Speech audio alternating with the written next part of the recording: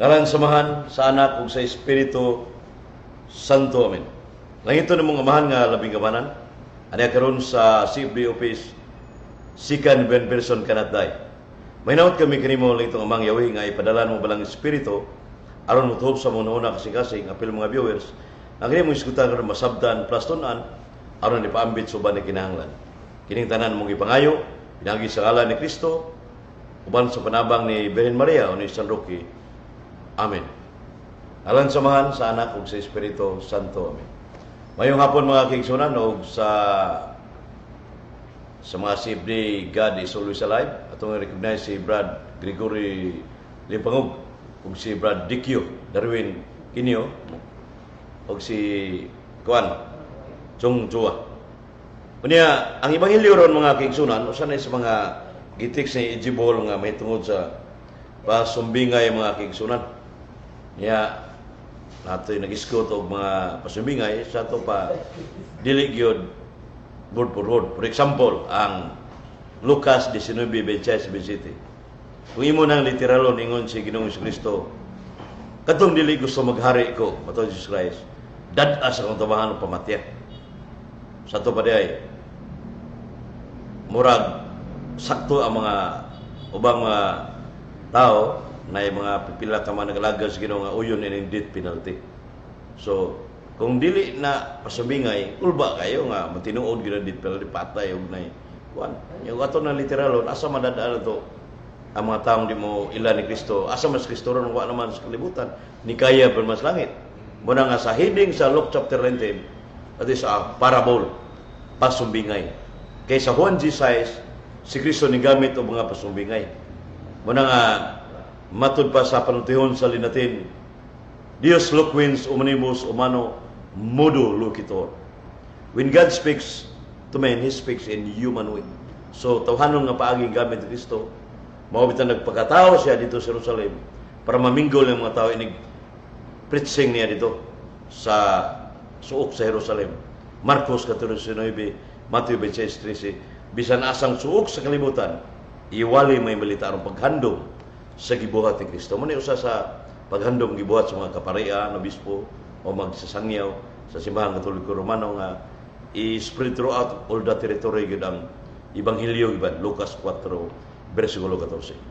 So muna usa sa mga punto mga kaigsunan. Unya arita sa bago po natong giskutan niya naka-trending sa social media.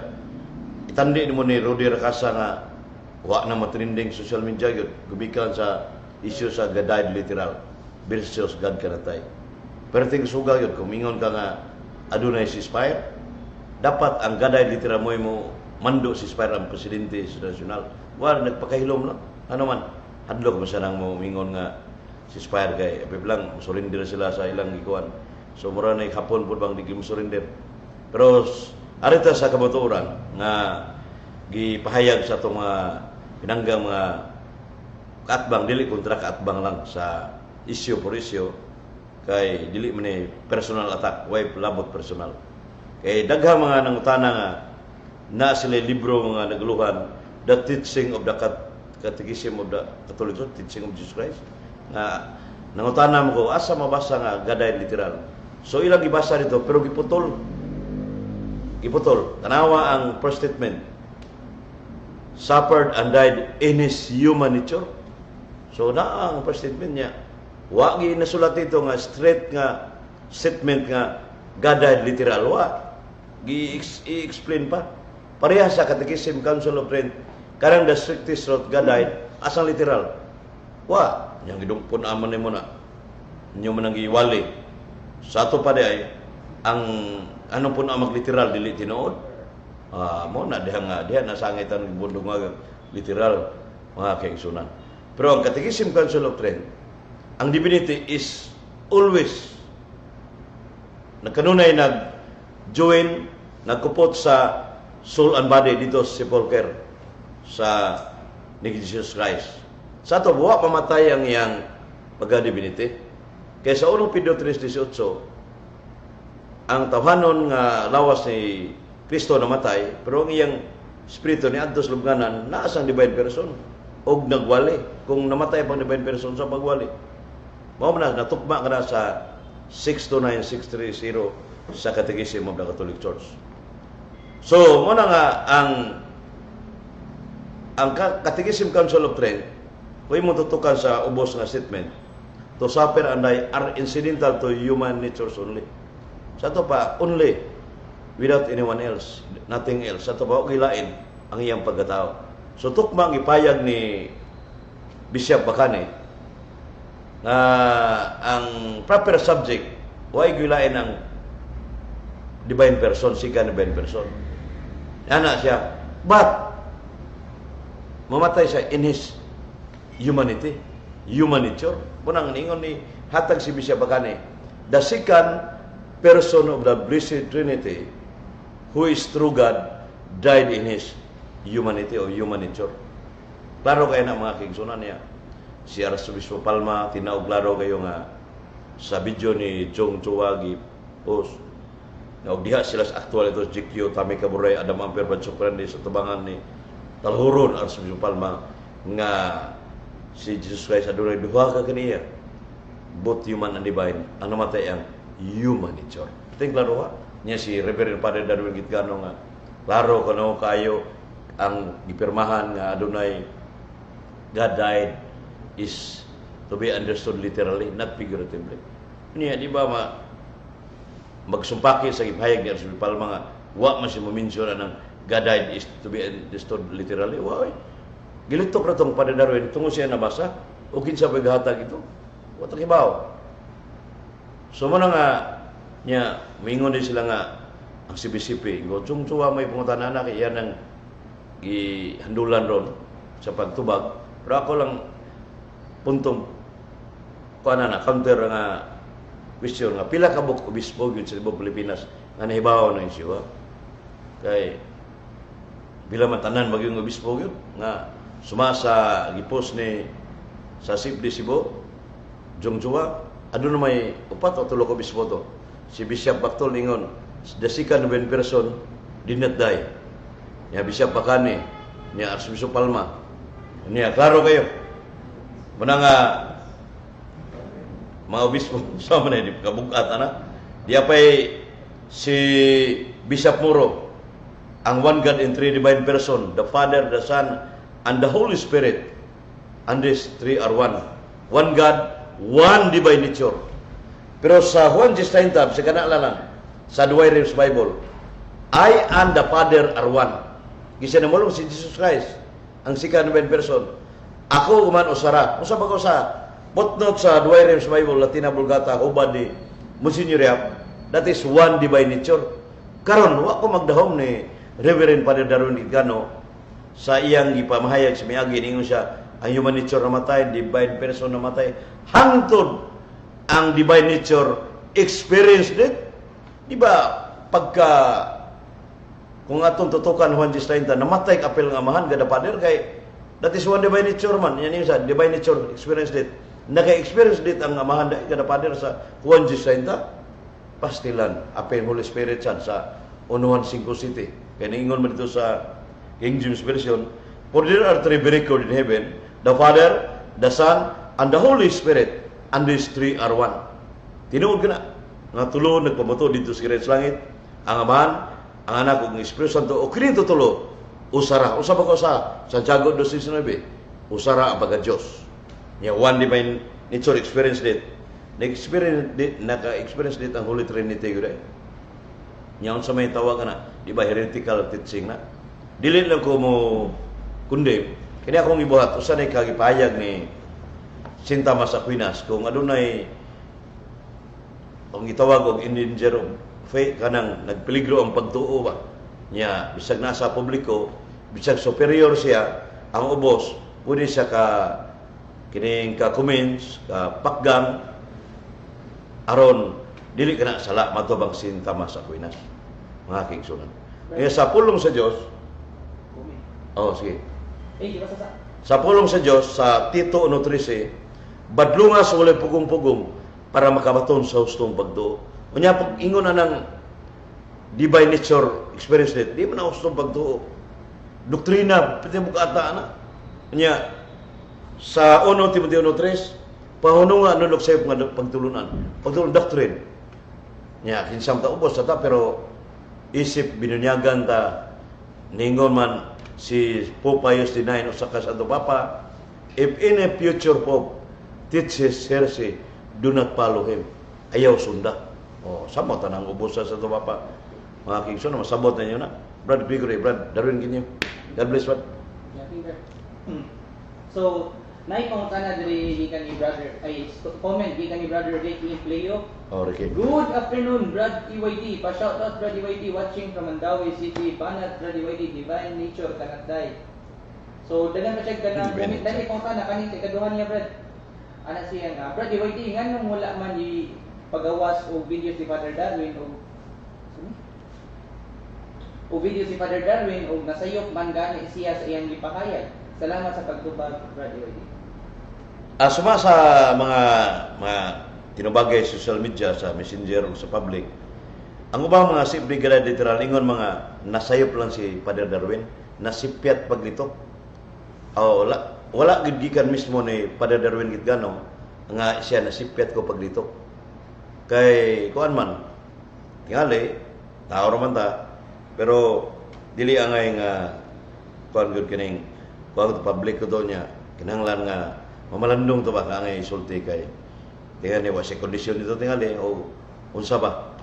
So wa kuan ito sa tawagan na sa mga termino sa mga pare sa tunulungan ko, pero dili na personal kay ba istorya, pero malagi na ang imong punto nga Brad Ricky Impleo, anong wa mo paggawas ng video basig sako lang conjecture pangagpas ba nga kasi nato yung mga sakos kada literal nga mga coach niya sa una iya tong patawag nga unsay ang imbuhaton konsulta siya ba nga unsa may counter kay narabay si bisibol to nagatang daan nga sama ni Ricky Impleo brigadier ni sa ni kuan chung jowa si kinsa man ang uban tumakuan pero iman ni pinado to recognize si Brad Ilyong. So muna ang atong ikapaambit nga dili unta Ginoo kay dili ang Ginoo 23 10,000 kamata ang Dios yun nasayod bisan asa sa Sirach 23 19:20. So what ang mahibaw sa status ni Father Darwin karon nga wa siya mohatag og bijab sig pakalitan butana nila niya muna nga basig namalandong ba among pare Brad Gregory Limbakaw. So nay opinion perspective si Brad Ricky Impleo. Brad ana siya basig karon mamatay na ang divine nature mao na ka experience death tungod sa God-died literal na notebook ug imo na mabasa na anak kay gahom hukom nga ang Dios Amahan, Anak, Holy Spirit mamahimong mamatay na matud pa ni Brad Ricky Impleo. Kanang pag-ingon ko og divine nature suma sa teaching sa Siman fundamentals Catholic dogma our Catholic faith manual of religion nga one divine nature but two or three distinct persons, the Father, the Son, and the Holy Spirit. So kung ningon namatay ang divine nature, apil kamatay ang Holy Spirit o ang God the Father o Jesus Christ. Other ko si DC Kugtas ang komentarista. Apologies. Unya mura na brad ato ikatubag nga kining usa sa mga punto nga ang usa sa mga kuan kining isigutan na to nga mapangutan ng Holy Spirit mapil yung kamatay kay one essence, one being, one substance o dili tulo ka Dios usara ang Dios nya kada mag-istoryahan ko among lahi na itong isyu nga divine person dahil literal lahi na kani siya divine nature naman. So nakoy ko tana brother kalipaan na wala na may comment so ako'y mo tana. Kapila ni gilitok ni Reverend Father Darwin kaning divine nature experience death. Kapila niya gilitok or kausara pa? Yun. Sa video, mura kausar man to pero perting klaro hapon. Nya, it is true to say anam dito. It is true to say. It is true to say the divine nature experience death. Masigi mapigi-anan nato niya divine person experience death. Araw niya na may video niya kibaw ta nga kuan na gipasahan sa ko ni atong amigo sa BOS si Brad GP. Nya kita fokus ka chungchua sa atong kuan kanang video. So diha nakita og gitan-aw klaro kay isu ng hukom ta. Klaro man. Oh, sa to pa naa man gyud ang kining doktrina man na niya. Berarti ang bugata ang divine nature, yan ang gilitok ang divine nature dili mamatay. Nya pag niya atong picture sa brad. Karon si Timbre Uno ron. Adi ba itong pagkita mo pag kuan ni Kanang Father? murag niaging simana guro na. O wala pa si Mana ni labay tingali. O kana murag okay sa. O pa si Mana ni labay. So, okay. Oh, yeah.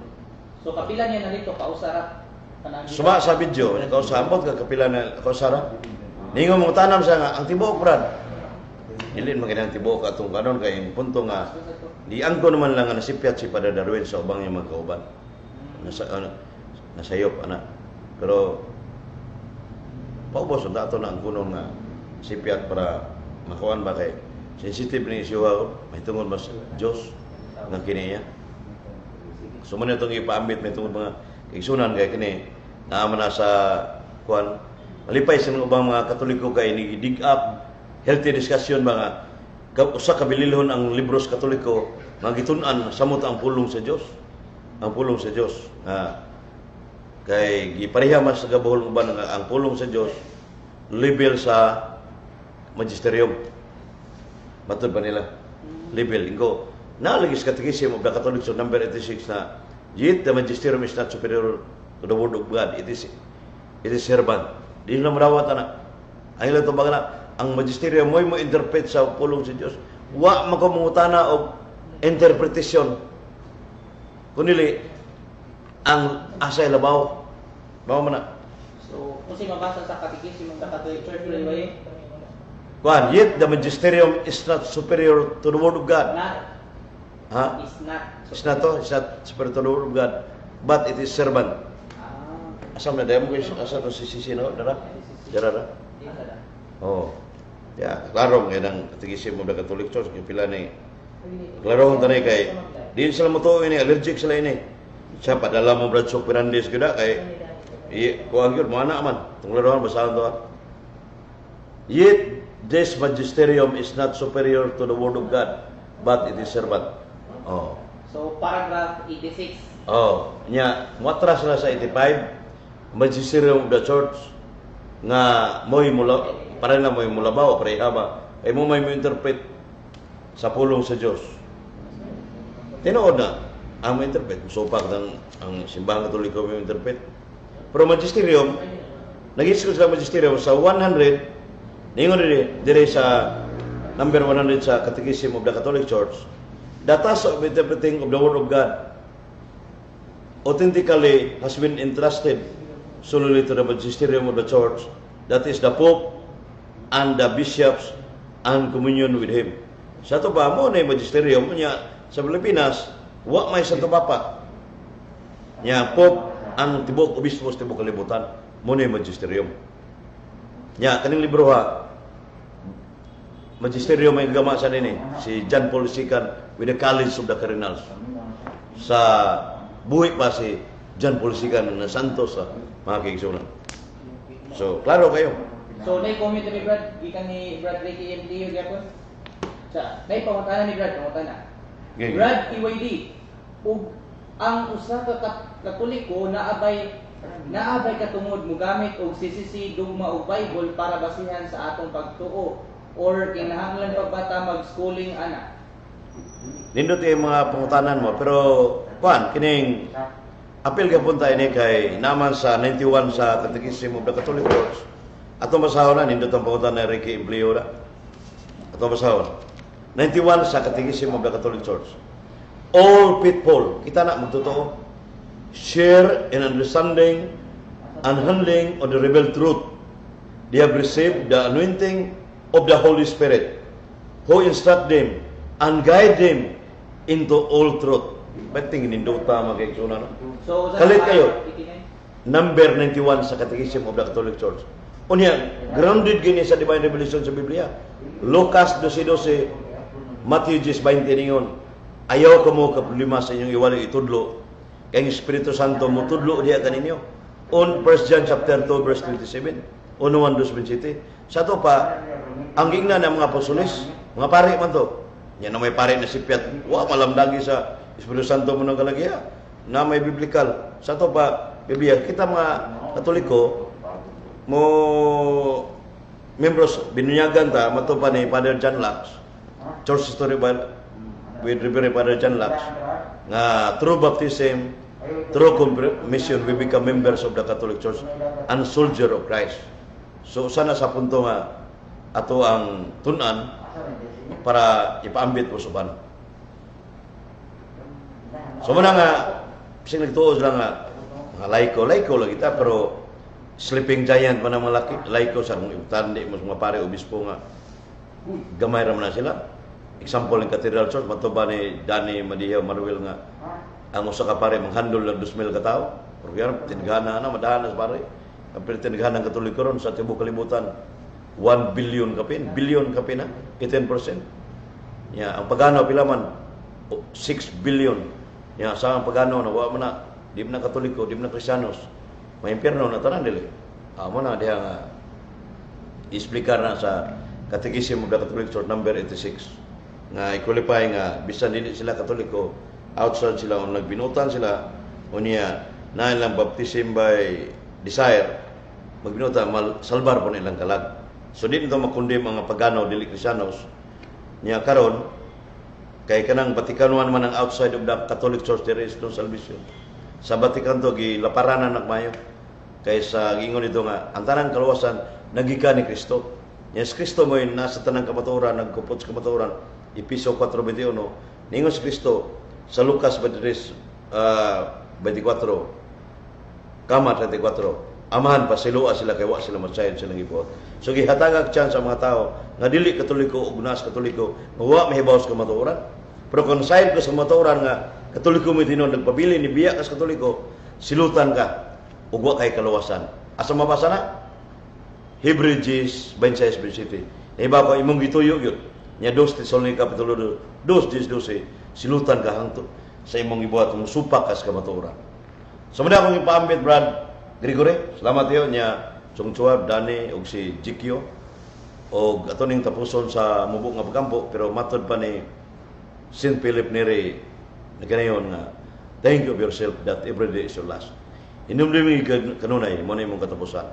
Ano man buhi pa sa buntag, buhi pa sa udto gabi patay na. Hope 34:19-20 ug Hope 4:20. Yang kamatayon di kita kabalibad, kaalam 2:5. So ang Diyos may tigyas kinabuhi adto ta mahangyos Ginoo. Deuteronomio 32:39 ug 1 Samuel 6. Ang Diyos mo tigyas kinabuhi, siya mo bahos kinabuhi sa tao. Alang samahan sa Anak ug sa Espiritu Santo. Amen. Salamat ug Ginoo sa higayon nga imong gihatag gikan kaniadto ni mga orasa, way kakulan way katalagman.